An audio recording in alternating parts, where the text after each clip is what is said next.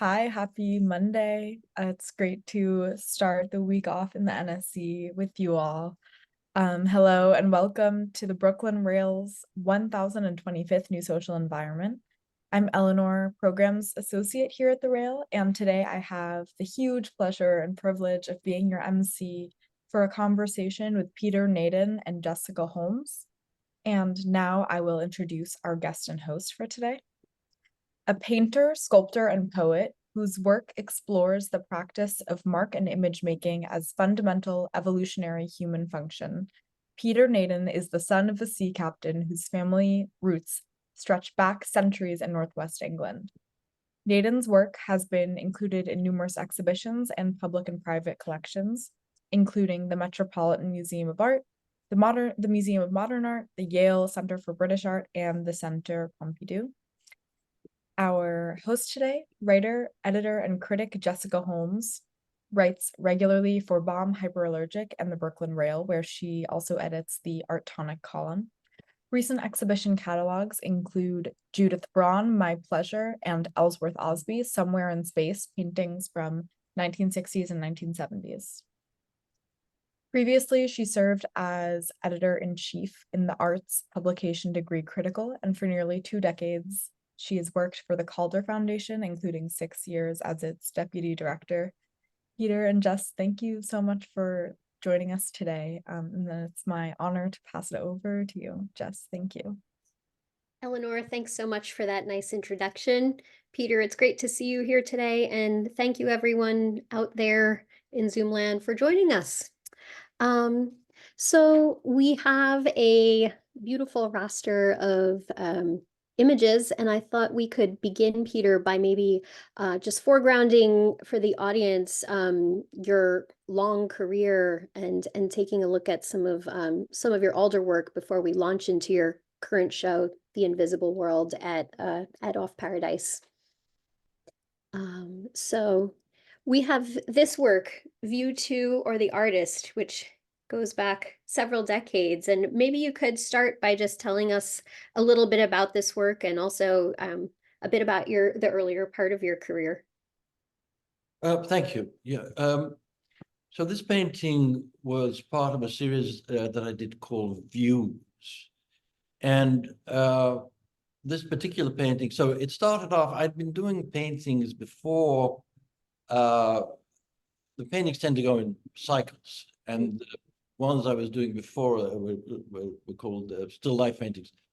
And they tended to be fairly, what would you call that, fairly full and had, a good deal of imagery. In this series, The Views, I wanted to take everything out and see what a portrait could consist of, if you like, with rather than representation, more the actuality of the marks of my body. So this one, the View painting, the canvas is as wide as I could hold, so my fingertips could just get around the edges, and it's my height. And so I was standing at arm's distance from the canvas. And then the mark at the bottom was the distance that I could drag a brush stroke. And then the movement up the canvas was as high as I could go, and then to the right as far as I could reach. And then I then used another what do you call it, like a straight line, so that I would then create a straight line that would then give me follow the same shape. So it was really like a portrait, a self-portrait, to do with the marks that I could make just in terms of the movement, the hand. Now, what became interesting is that, of course, once I'd done that, you then begin to see that it's an architectural form. In other words, you can't escape some form of visual reference or visual interpretation. And so a lot of I think I did 25 paintings in the View series. I allowed not allowed, but the occurrence from the painting to myself and myself to the painting, I didn't keep out. Mhm. So I let various imagery and whatever be a part of the painting. But it started out with a kind of very clean, clear procedure. One of the things that struck me as I've gotten to know your work in these last couple of months is how radically it has changed over the decades. So we're looking at this painting from 1986, but then when you skip up to the early 90s, it's changed quite a bit. And if we look at the next slide, which is Houghton's Lightning, the work's changed a lot. Can you talk about that a little bit? Well, it's very interesting. From my perspective, it hasn't really changed that much. And it comes really to how one views the making of the mark or making of the painting. So, for instance, going back way back when I first came to New York in 1976, and I was doing construction, but I was also painting, drawing. And, when I was working with my friend Chris D'Arcangelo, we'd often remark on the idea that a good job painting was if there were no marks left by the person who was doing the painting. Because if you see like a load of marks, you think, this is the worst job I've ever seen. So you have to erase yourself, but you're still applying paint. So, you would paint a wall and then people would say, well, I can see a little, this isn't looking so good, because there was still the marks of the person who'd actually painted the wall. Mm-hmm. Now, when I was back then at the studio where I lived and I was making artworks, making paintings, the marks themselves were what conveyed some kind of meaning. So it was really an interesting beginning point for me to kind of explore what that meant, what the possibility of the art making or painting meant, because if you do, regular painting, you stand at arm's length from the surface and you apply the marks. And if you, take up a brush or you make a mark like that, then one can say that that's just an abstract mark. But then if you maybe make a circle and then put 2 dots on it and a little line here, it reads as a face. Mm-hmm. But it's still the same movement of the hand. So the question for me was, at what point do you, if you want to maintain what you would call a kind of stylistic unification, which parts of that motion won't you do or you don't wish to articulate within? And for myself, I thought that it was all part of the same language. And as the hand, the human hand, it can be both as delicate as the surgeon and as brutal as the butcher. I wanted to be able to articulate meaning with all of those possibilities. That's just in terms of the activity of painting, but then also in terms of meaning or how one can then use those marks to convey meaning. I wanted to not have any subject that seemed outside of the possibility of giving form to it. When I was reading this weekend about your work, I came across a quote from you from about 10 or 12 years ago, and you said, "What I'm trying to do with the paintings and with everything I've been making here is not to represent the landscape, but to make things that embody it, to paint the underlying experience of consciousness." I thought there was something very, profound in that idea of the embodiment of these marks. Is that something that you're still? Well, I think that's yeah, I think that's true, actually. I mean, I can explain or discuss two kind of different approaches, if you like. So this painting here, this Houghton's Lightning, I think I can't remember when I did this, in the 90s, I think. Yeah. Mhm. I was really interested then in if it was possible to make a painting or make an artwork that somehow was both a kind of narrative painting, and also we could describe experience. And this, the Houghton's Lightning, this was a very specific experience. And it was I guess looking back, you would say it was my first awareness of the notion of guilt. And it was quite specific in that I was I don't know, but one we don't want to say that it was too kind of psychoanalytical here, but I had this memory. I was in the bottom of my parents' garden on a swing. And at the time, this was the late 50s, 1959, probably, 58.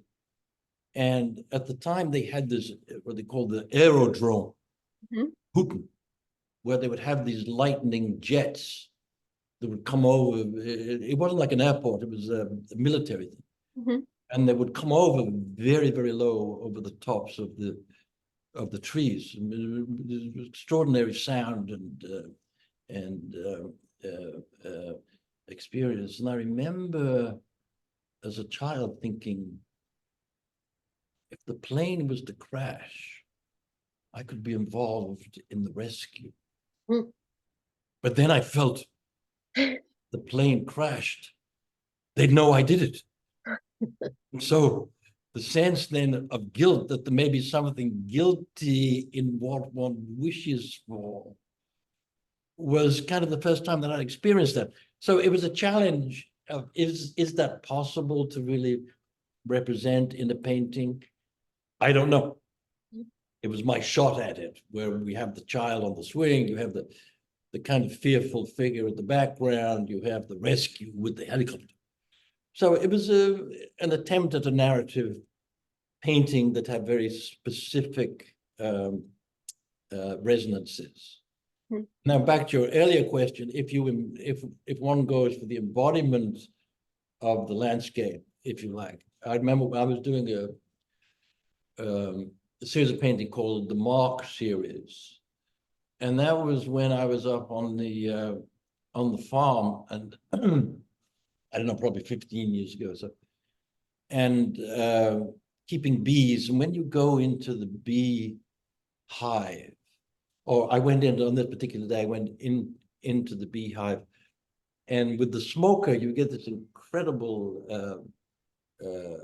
lamp black from the hemp that's being burned. But then you also get inevitably some honey and some wax that's falling as on the side as you try and move the hives and moves the frames and the supers. And I remember looking at the side of the hive on the marks on the hive, and I thought they were so beautiful and evocative and just incredible, but it was entirely unintentional. And so in terms of embodiment of the landscape, it's an interesting question. Is it possible that the marks that are unintentional may actually convey as much or more or less than the intention that one applies to the painting? So I've always tried to allow for both of those approaches. Well, and these paintings from the early 90s are sort of around the same moment you were first establishing your farm, I think, if I remember correctly. Yes, that's correct. Yes. I did these paintings, and then I actually so I did these paintings. There was a few of them that, as I said, had this kind of narrative or this embodiment in imagery and a kind of narrative, if you like. Right. And then after those, we got the beginnings of the farm, and then I started to work upstate, and after seeing these, I realized or doing them, that there was really a lot that I needed to explore and to try and navigate or to expand the language that I could articulate, if you like. And that's when I started to do a lot of work on the farm and got involved with the goats and pigs and the bees. I became very interested in all of that. Yeah.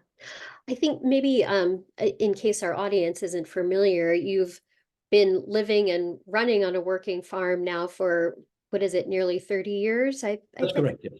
Yeah, and maybe you can talk a little bit how the process of running the farm impacts your work and how your work impacts the process of running a farm. Well, I mean, there's many different layers, many different aspects to it. I think that probably the most far-reaching one is the humility that it gives you, because all of the species have got their own constructed world. So the pig has the pig world, the bee has the bee world, and the flowers or the grass or the trees, what have you. But you realize there isn't really a hierarchy. Mm-hmm. That all of these things have reached this particular time, the same as humans, at this particular stage, at the same time. Mm-hmm. But then you look at the pig. When the pig when the pig gives birth, it's the gestation is 3 months, 3 weeks and 3 days.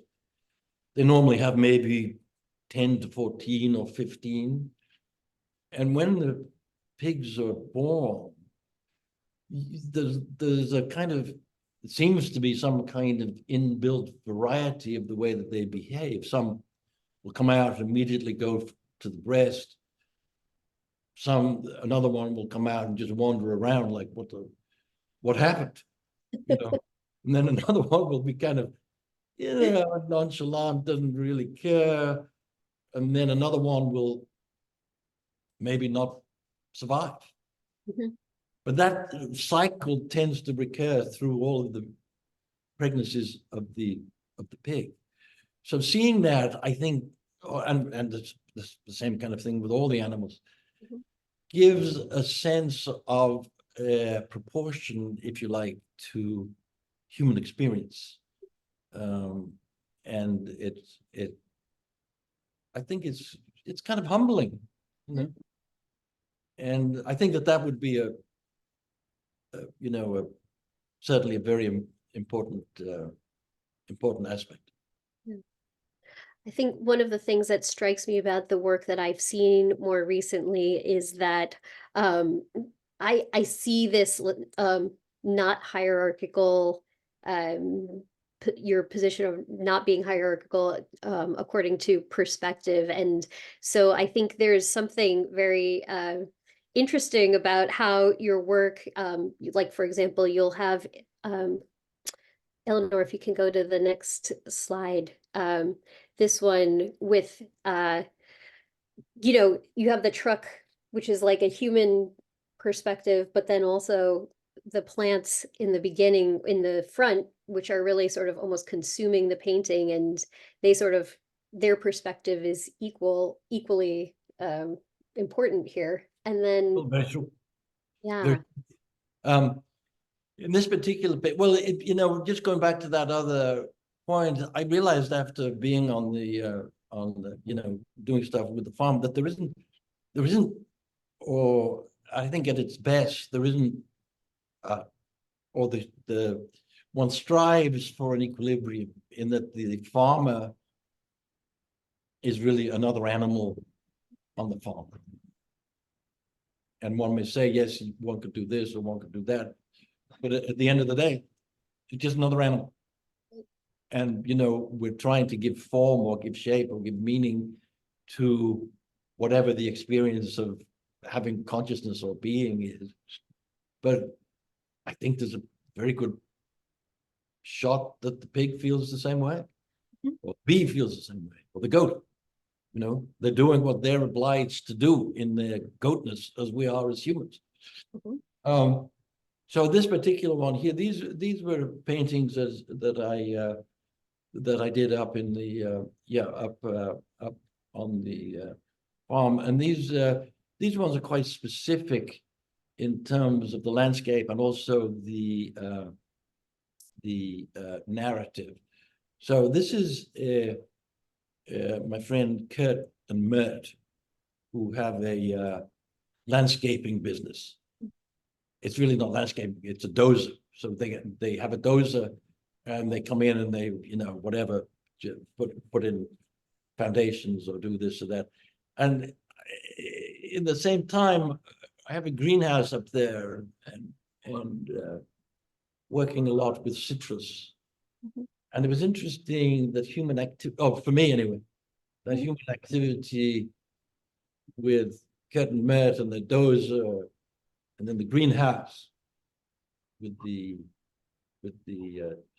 citrus, and then also kind of memories of other paintings and other artwork. It seemed to me to be a kind of accurate representation. That if one had just done a straightforward painting of Kurt and Mert, it wouldn't really have been that accurate. Right. And can you talk about the little character up in the blue circle near the top, almost hidden until you start really looking at the painting? Yeah, that was there's a number of things, images, and almost also images and kind of processes or procedures that seem to keep a resonance from one work to the next. Obviously, one would think those are some kind of signifiers in memory, but I don't keep them out.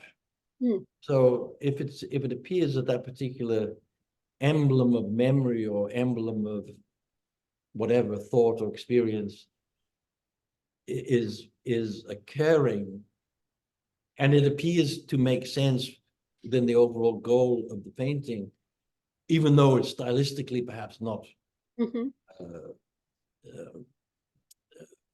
what's the word, not coherent, but not similar. I I don't keep that out. I let it be itself. And I'd also maybe say that if my paintings are successful, I would say that they're unified not by likeness, not by harmony, but by a kind of equilibrium of opposites. Be that an equilibrium of the mark making, or an equilibrium almost of observation and memory. So they're not necessarily harmonious if they're successful. To me. That's right. And Eleanor, if you can flip forward, you know, Peter touched on the citrus and the grafting, which sort of was an impetus for this show in 2022, which in turn kind of sprung the current show. So maybe before we get into the work that is up right now at Off Paradise, we can talk a little bit about the distance from a lemon to murder, Peter. Well, this group of paintings began with it was around the time of COVID. And so, you know, we were up there pretty isolated. I'd always been fascinated by grafting, citrus grafting, because you can't grow a lemon that we would think of as being a regular lemon. The actual rootstock of the lemon tree creates a fruit that's very bitter, very pithy, and full of seeds. So there was a mutation at some point, and we've got many different varieties now, but the mutation is carried in the bud of the tree that you want to graft from. So in order to get the lemon that you want, you need to graft the bud or a twig onto a onto the rootstock. And so it's very fascinating that you're putting a new genetic form onto an existing plant. And then, of course, the fruit itself is determined not by what the base the base of the plant is, but the way that relates to the graft.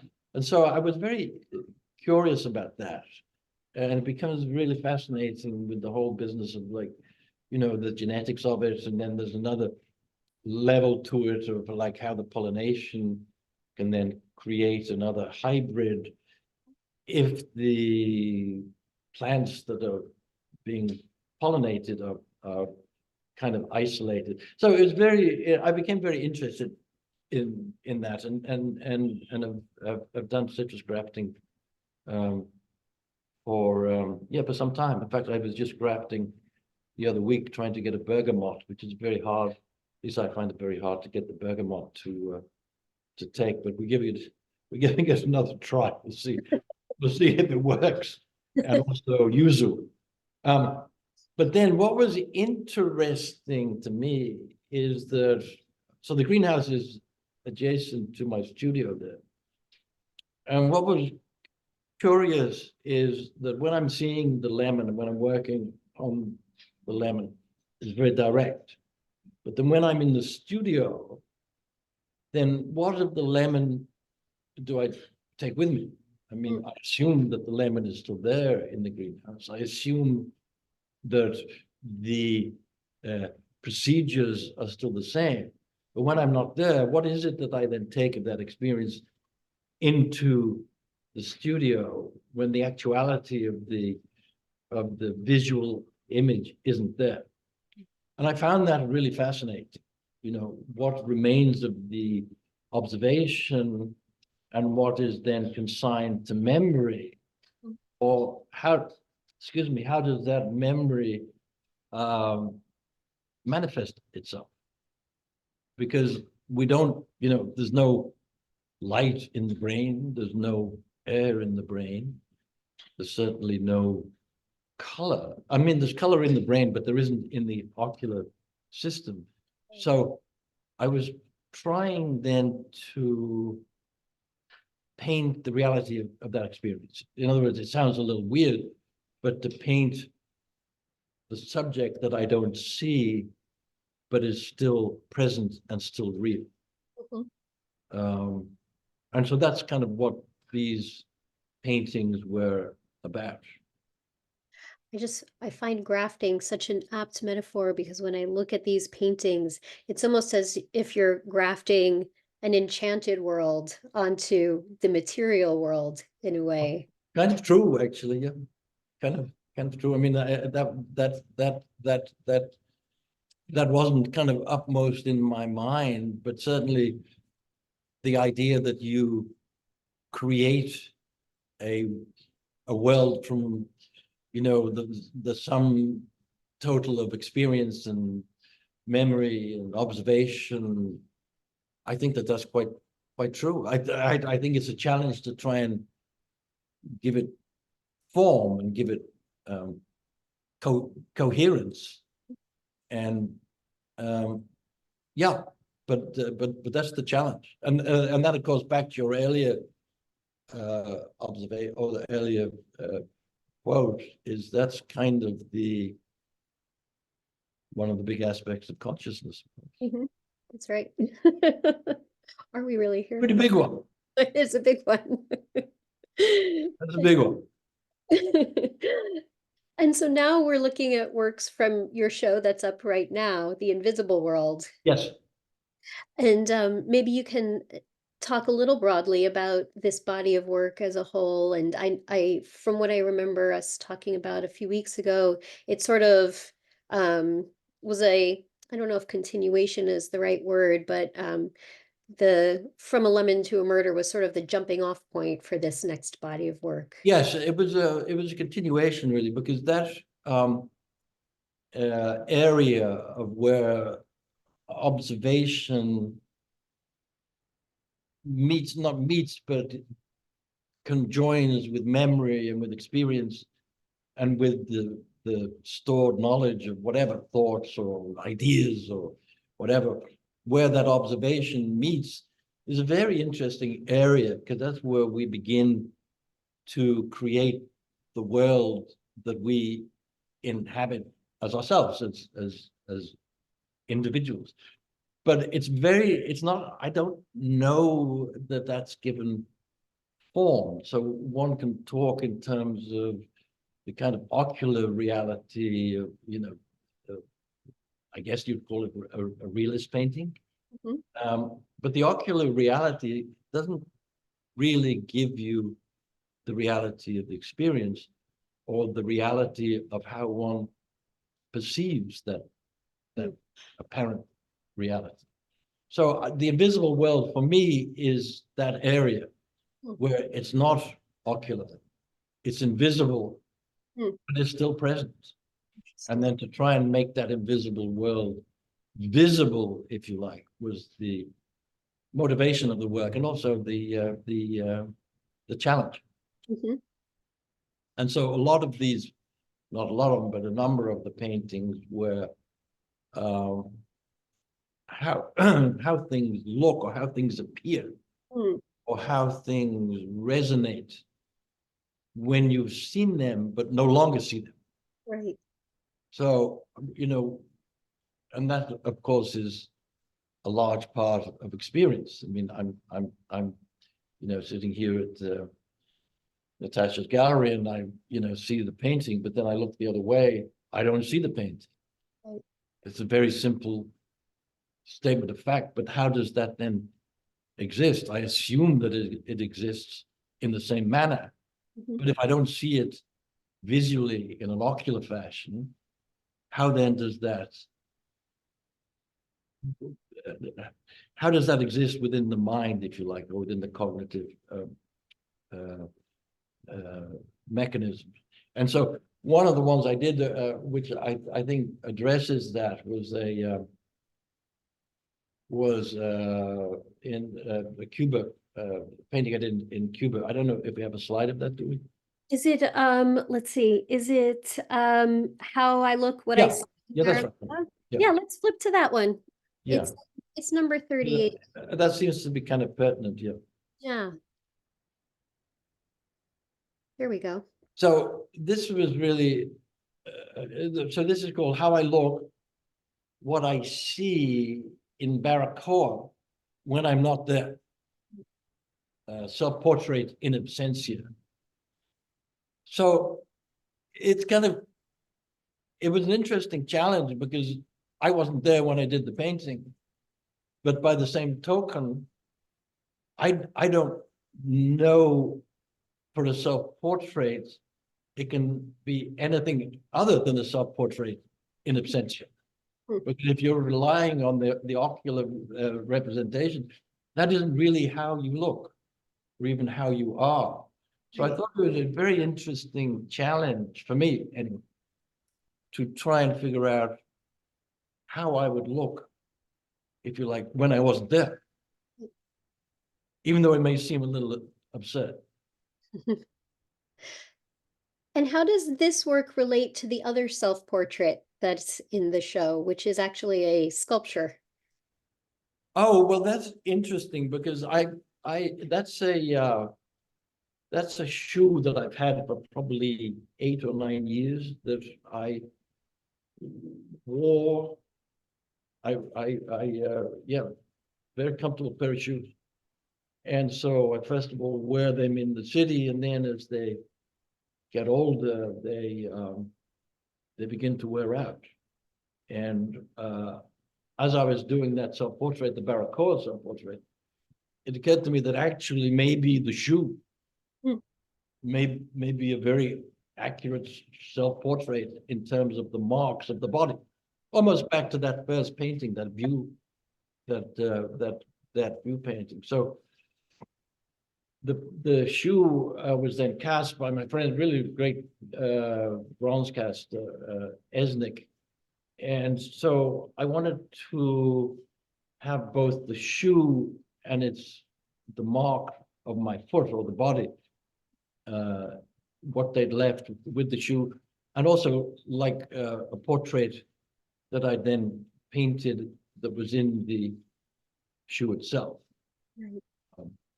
It's also interesting that there's, and I forget the name of the school of painting, but there was Tibetan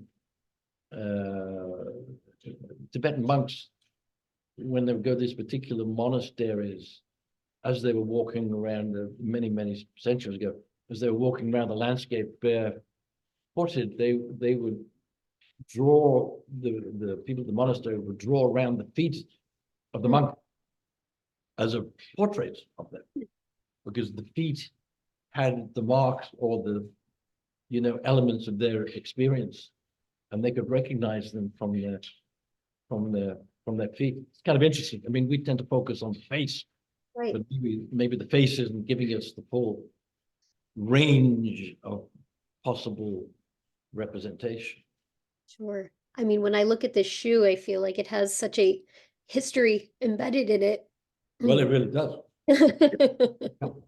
And the various worn areas where the where the foot has come through the leather, this really is the mark of the experience of wearing them. Right. And at the end of the day, maybe that is a more accurate representation. I don't know. Over the years, over the years of wearing them, I don't know. Eleanor, if you can go back to the Barbacoa painting. Yeah. I just wanted to, it's 38, I think.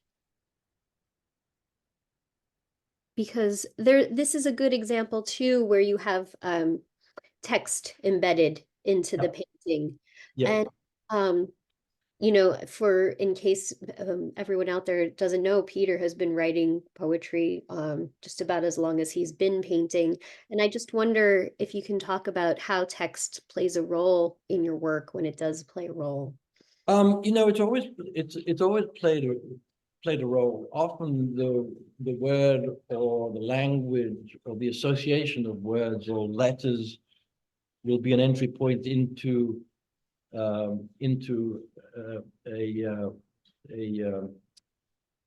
procedure for the painting, and sometimes the painting will also suggest language.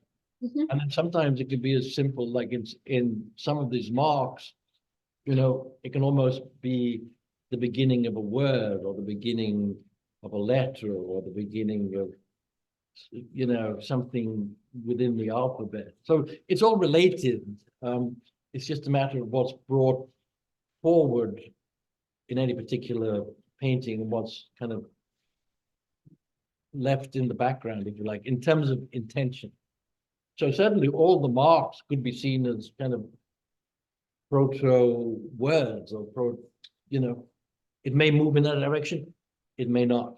Right. So in that sense, it's very much a part of the process of my process of making art.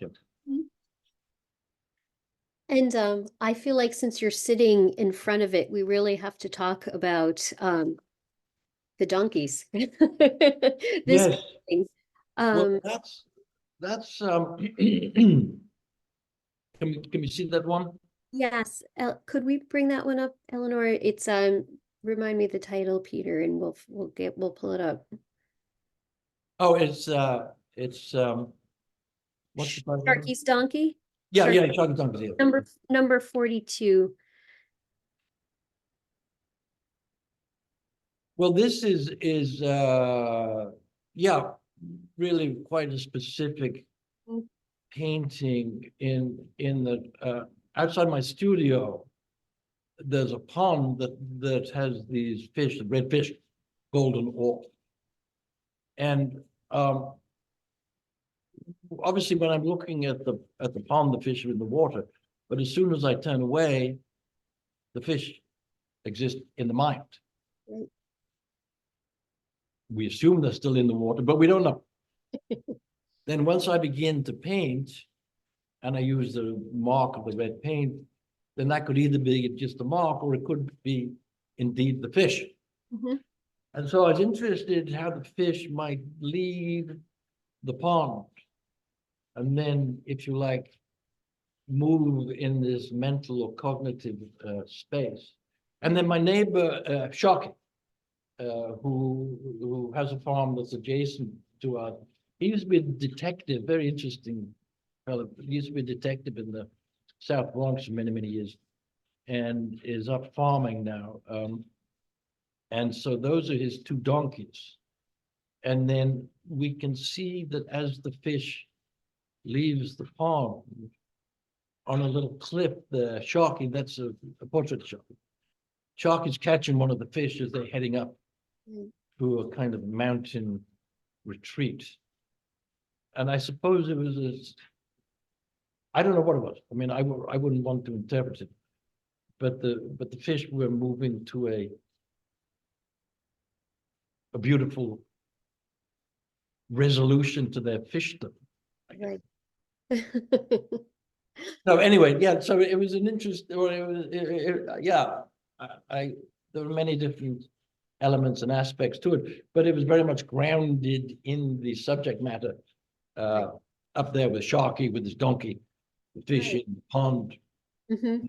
how that within the studio where I can't see any of that directly, how one makes sense or gives that. It's not really a memory. What would it be? Like all those different elements, how one can join those in a way that must exist within consciousness.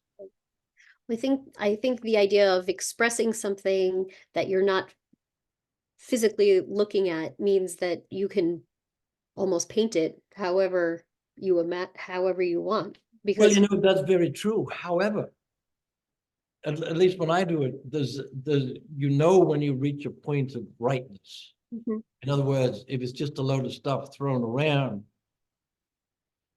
maybe that's okay. Right. But if it doesn't reach a stage where you think, well, yes, that's the way that it is, Right. then an arbitrary movement of images and paint, it doesn't, in other words, there is, and that's entirely, what would you call that? I suppose you call it self-justification, but I do feel that I can tell when it's right, when it's achieved a sense of likeness, Right. and when it hasn't, which is often why it takes a long time to do the paintings. It can take like 6 months to a year or so before I can see if that's accurate or not. Often they have to go through revisions and things taken out, things put in. Maybe you can talk a little bit about your studio process. Well, these paintings, so each of the paintings, the different series of paintings have different procedures. These particular ones, the Lemon to Murder and the Invisible World, I begin with they're all done on the panel, because I find that this particular way that I approach these ones, the panel has much less give than the canvas. So if you're using a fairly strong, the canvas will have too much give to it. So a board, you can really leave the mark as you put it on. And also it's so I use a primary color for a ground. So you can see in this particular painting, you can see the red from the ground coming through. that isn't added. That's what the ground is. And then from that ground, I kind of create the image or the landscape or the, whatever that particular thing is, from different applications of paint and different, what we call that, different consistencies.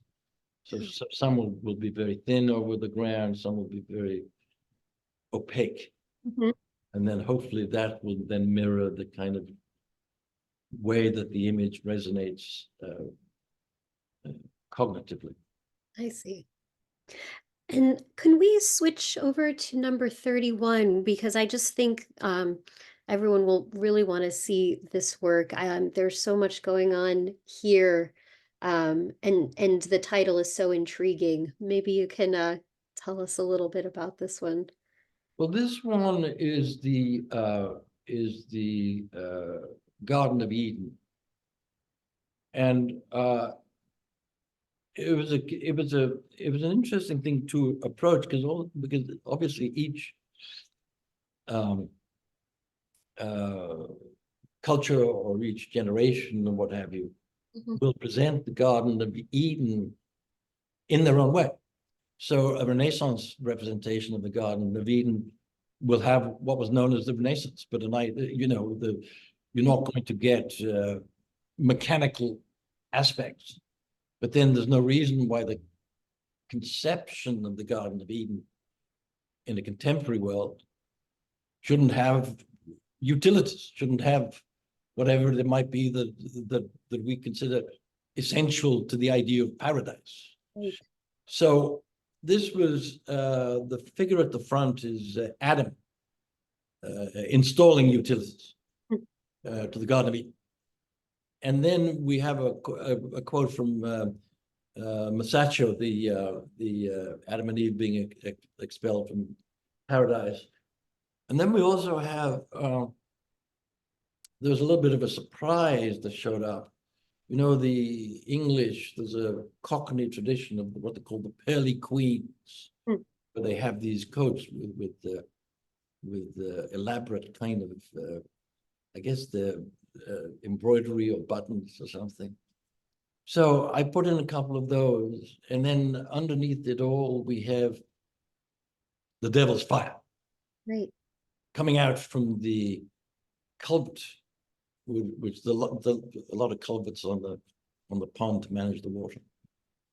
But coming out from those, we have then the devil's fire. So it's, if you like, a contemporary realization of the conundrum of paradise rooted in the Garden of Eden.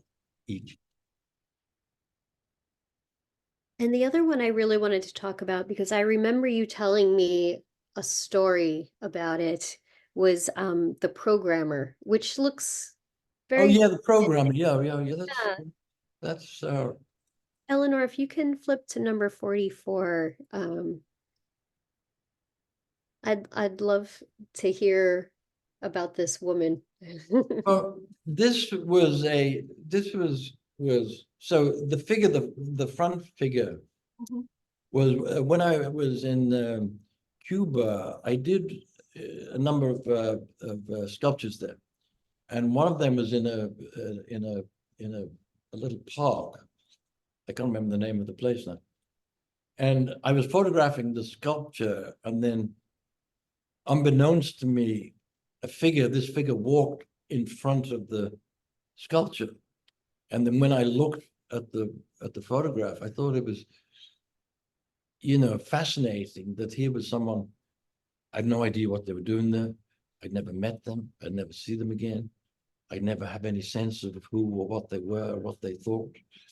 And it was a very interesting presence, because it's like everything that one sees but doesn't know. And yet one assumes because of some whatever set of assumptions that you will have some knowledge of them. So this woman who was walking by the sculpture, I've used, I think, in the kind of emblematic for that situation. But then I also thought that maybe she's a programmer. I pretty much doubt she is. I thought maybe that would be an interesting role, to be a programmer. So the kind of scene here was a photographer taking a photograph in this kind of almost jungle landscape, Right. scaring a parrot. But then in the front, you have the programmer, who's also kind of without rhyme or reason, in the same way as the actual figure was in front of the sculpture without rhyme or reason. But there, I mean, that was part of her experience. Right. And so that kind of presence I wanted to have in the painting. And then I've also used that figure in different in many different series and groups. Right. She's someone that reappears periodically. She reappears. Yes. She disappears and then she reappears. You never quite know when she's going to make an appearance. But we can guarantee she's coming back at some point.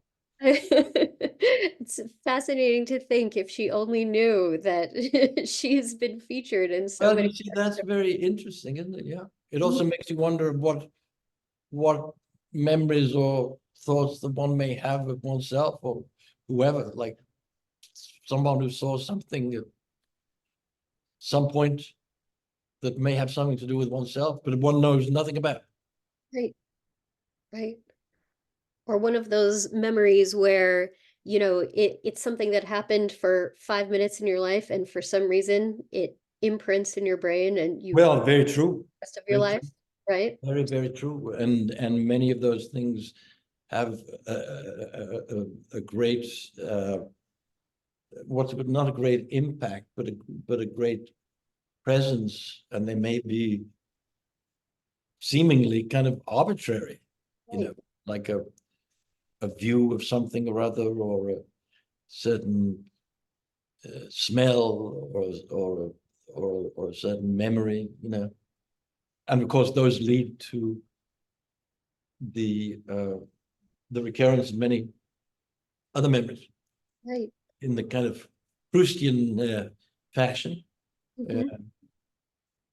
So no, I would agree with that. And I thought before we turn it over to the audience for questions, one thing about this show is that there are a couple of sculptures included in addition to the paintings. And I thought before we ended, you could just tell us a little about these two works, which are so unusual, and yet, their marks are very distinctly Peter Nadin as well. Well, this was a kind of vessel. I was always interested in those kind of vessels that would have like a kind of Greek kind of resonance to their, and that I'd also used in a number of series in the Mark series, the nose.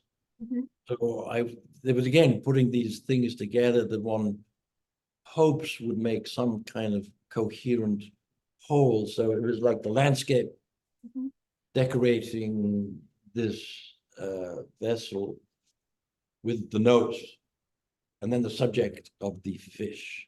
So it could almost be like I don't know, kind of not a revelation, but a cognitive dream, if you like, of these different things that are occurring within mental space, but hopefully then are given some kind of coherence and unified whole.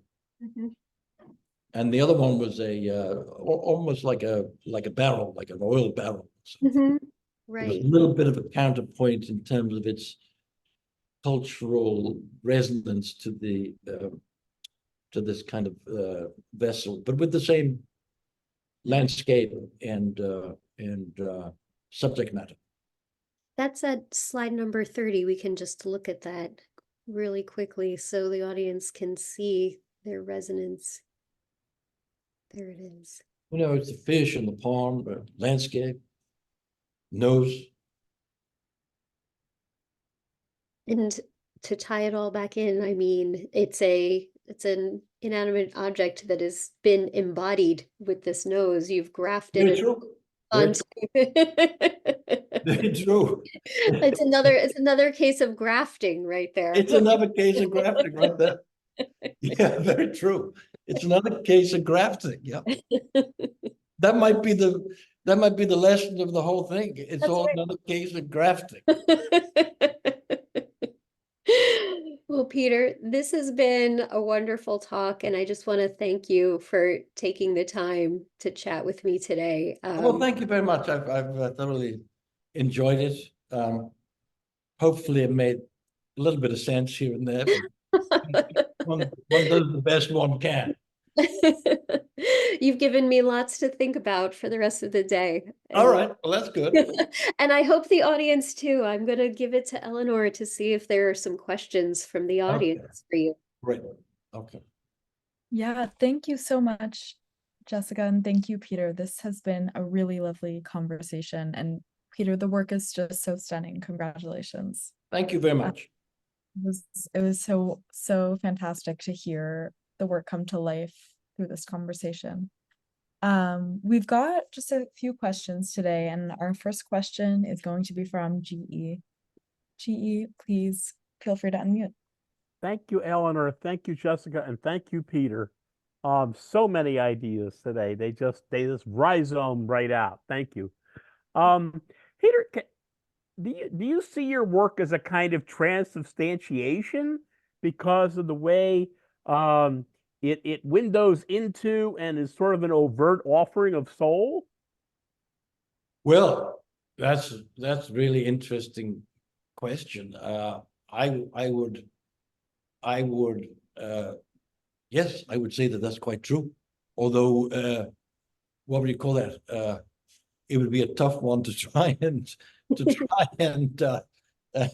justify. But yes, I would say that. Yeah, I would say transubstantiation from the use of paint into something else. If it's successful, I wouldn't claim that, but that's a really wonderful observation. Yes, I would agree. Thank you so much. Thank you, GE. I have a few questions for you, Peter. And I think if anyone else would like to ask a question, feel free to raise your hand or send a message in the chat. But I'll start off. Peter, your work is amazing on so many levels, and I love how you kind of fuse together landscape and portraiture in kind of this almost in the same figures and in the same works. They're kind of seamlessly moving into each other in your paintings and sculptures. And I definitely see a lot of surrealism in your work, and I'm wondering if you could speak to any influences that you might have, and another surrealist or otherwise, or if you see that connection that to surrealism. And then kind of related, I think part of what made me think about surrealism was the use of color, and there's such a beautiful broad spectrum of color in your work, and it's so evocative and detailed. And I was wondering if you could also speak a bit to your choices in color and how you think about color. Well, I would say yes, surrealism is obviously, very interesting. If there would be a difference, it would be that I mean, there are many different artists one could look at, but when I'm kind of thinking of artists who are creating a kind of pictorial space where strange things happen, it's almost a known three-dimensional space. Whereas if these paintings were successful, I like to think that the space was possibly three-dimensional, but possibly also just a flat surface, so that there isn't a kind of setup of a mental space that's separate, if you like, to the possibilities of the surface. I don't know if that makes any sense, but it's kind of the way that I think about it. that it's not a, yeah, but no, of course, realism, wonderful, and so many, possibilities within that framework of working. Yeah, absolutely. In terms of the use of the paint, I tend to go for, if you like, the equilibrium of opposites rather than, as I said earlier, a kind of harmony. So if they're successful, they'll have both of those kind of forms of unification, both a tension between the opposites of color and mark making, but then also perhaps a little bit of harmony within the details to give, I hope, an overall surface that's a kind of accurate representation of mental process. Amazing. Thank you so much, Peter. We do have another question from Linda. And Linda, I will give you the chance to unmute if you like. Otherwise, I can ask for you.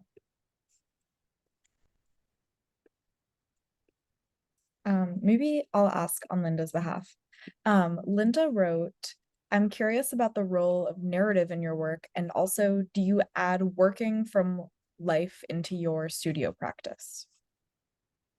Yes, certainly. I'm very interested in narrative, as that's how we construct our sense of the world. And yes, I do indeed sometimes paint from life. Certainly when I was in the doing those grafting paintings, I'd set up my easel in the greenhouse and was painting the lemon and the lemon tree. That's how it kind of begins, really, for most of these paintings, is painting from life, and then letting that take on a life of its own, if you like.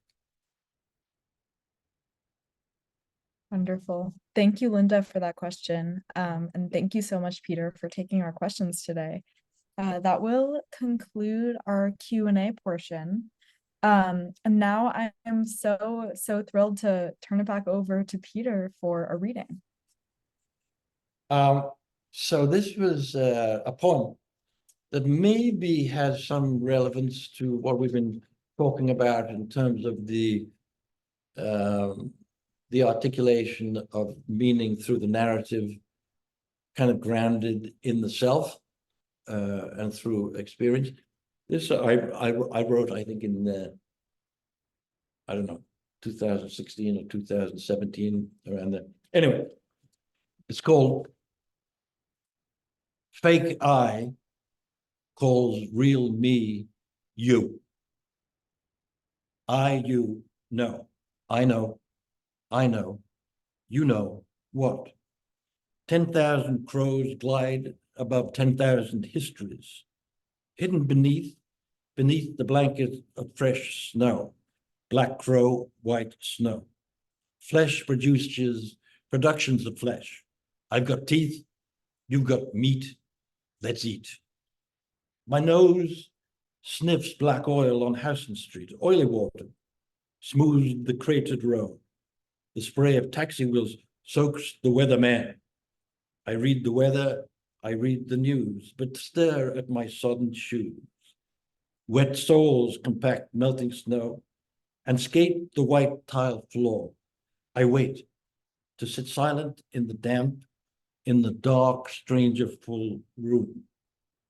I star in movies, on screens, movie screens, computer screens, TV screens, always colored, a pastel palette, both soft and hard. I mix the paint to create the form, but off screen I rehearse. Now for you, I'll read the news and weather. Sometimes sun, sometimes rain, sometimes snow, sometimes sinew. It wasn't, it was, now isn't. I create gods and sausages for you to salivate, anticipate. I'll look where light enters your body. Hidden place, nostrils, ears, eyes, mouth, and anus. Genitals see, have eyes too, recognize, look. See, you already know me. Chewed meat moves, peristalsis, squeeze, chews, squeeze. Teeth, tongue to esophagus, stomach, small, large intestine, rectum. I know you know, the soft red illuminate the skin wrap. Dawn light discovers bodies and their parts displayed in the market for intimacy. Eyes, lips, and asshole. A gold mine for the pornographer, lawyer, and psychiatrist. And that is that. Amazing. Thank you so much, Peter. I'm so You glad we know, got it's a poem. What can you say? It was wonderful. such a treat to hear your poetry as well as see your visual art today. So Well, thank that's very you for kind. sharing. That's very kind. I've enjoyed it very much. I'm so glad. Thank you so much also again to Jessica for the amazing questions and for just the incredible dialogue. Thanks to you Really, both. really great. Thank you also to Natasha from Off Paradise, who helped us so much in preparing for today's event. And as always, we'd like to thank the Terra Foundation for American Art for sponsoring the NSE and for supporting our archive, which you can view on the Rails YouTube channel and where this conversation will be posted shortly. The Rail has been free and independent for 23 years, and you can support our writers, production staff, and operations through a link in the chat. If you're free tomorrow at 1 p.m. Eastern Time, join us for a conversation with Ark Monoro Niles and Andrew Woolbright on the occasion of The City Lights Can't Shine Quite Like the Stars. Got so far from my raising, I forgot where I come from. Thank you all so much for tuning in today, and you can now turn on your microphones and say hello and goodbye as you leave. Thank you very much. And Thank wonderful. you so much. Thank you. Thank you. Thank you. Bye-bye now. Thank you very much. Thank you, Thank you so Peter. See much. you soon. Yes, bye-bye now. Congratulations. Congratulations. Thanks. Thank you, Take care. Jessica. Thank you, Bye. everyone. Thank you, Brooklyn Jessica. Rail. And go see the Thank show at Off you. Paradise. Congratulations, Peter. Congratulations. Thank you. Ah, Thank good. you. I hope you get Thank a you chance so much. to go.